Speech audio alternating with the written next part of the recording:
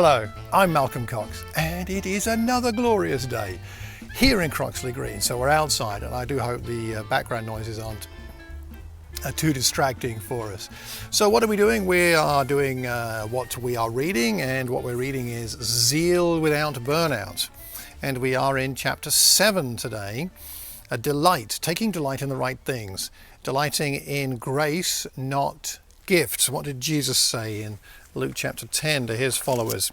He said in verse 20, "Do not rejoice that the spirits submit to you, but rejoice that your names are written in heaven." That's where our real source of joy is, knowing that our names are written in heaven, not in success, however you might define it, try to define it.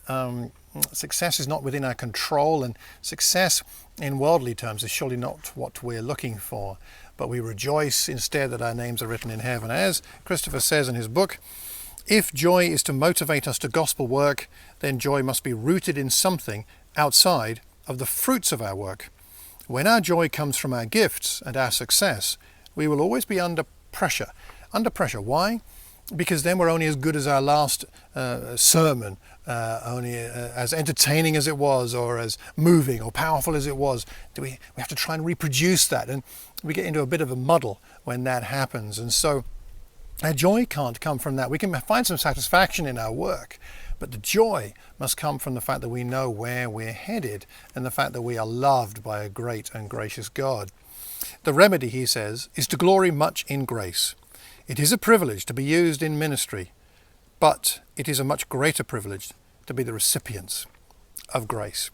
And let me finish this section with quoting from the book. He is, in fact, himself quoting from somebody called Ryle. Without grace, without understanding grace, without grace being the thing that really motivates us, a man may have abundance of gifts and turn out nothing better than a follower of Judas Iscariot, the false apostle, and go at last to hell. With such marks of grace, understanding, motivated by grace, a man may be like Lazarus, poor and despised upon earth, and have no gifts at all.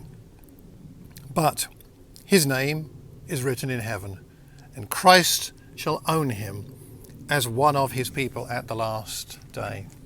Let's make sure our joy is in the right place and over the right things. What do you do to keep your spiritual focus correct in this area of what we rejoice over and find joy in? How do you apply that passage from Luke 10 in your own life? What do you do, and what have you heard other people do and say that's helped them as a bee tries to attack me? Do let me know. You can email me, mccx@mac.com, or you can leave a message anywhere you hear or see this recording.